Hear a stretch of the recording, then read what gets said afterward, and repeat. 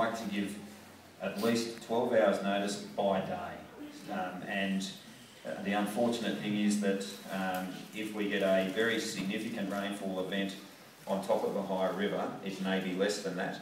But what we're targeting is at least 12 hours notice, and for those 12 hours to be in daylight, so that if any evacuation is necessary, we can do it. The other thing is that if there's going to be any isolation, I'd like to give a similar period of notice, but obviously that may not be achievable.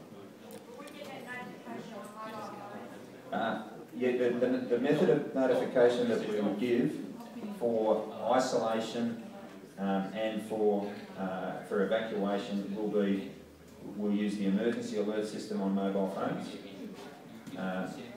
We'll also issue public statements on the radio, and I'd encourage you to listen to local radio for that. We'll be giving it to all local radio stations.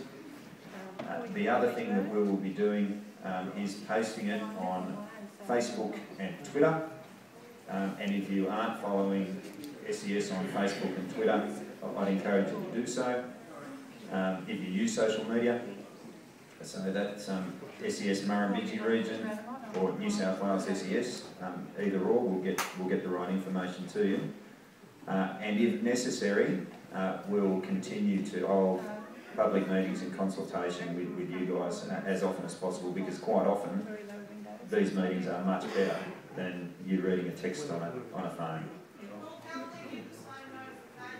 Yes, any area that any large area that requires evacuation warning, order, or advice of likely isolation will do the same way. Yep. Tony McPhail, the acting local controller, is going out to Ara and Murrumbidgee after this to speak to people. The issue that we have in Murrumbidgee and Ara in particular, it's likely that the road between Angus and Gundagai is going to get cut if it's not cut already. The Poley Bridge is well under.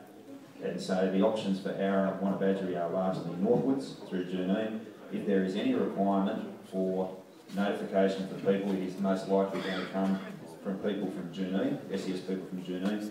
But if there is isolation or evacuation necessary in Ara or Murrumbidgee, we'll do it the same way. At 9 metres, there should be no issue in either Ara or Murrumbidgee. But the flats will get wet, but that's part of the course on a major flood.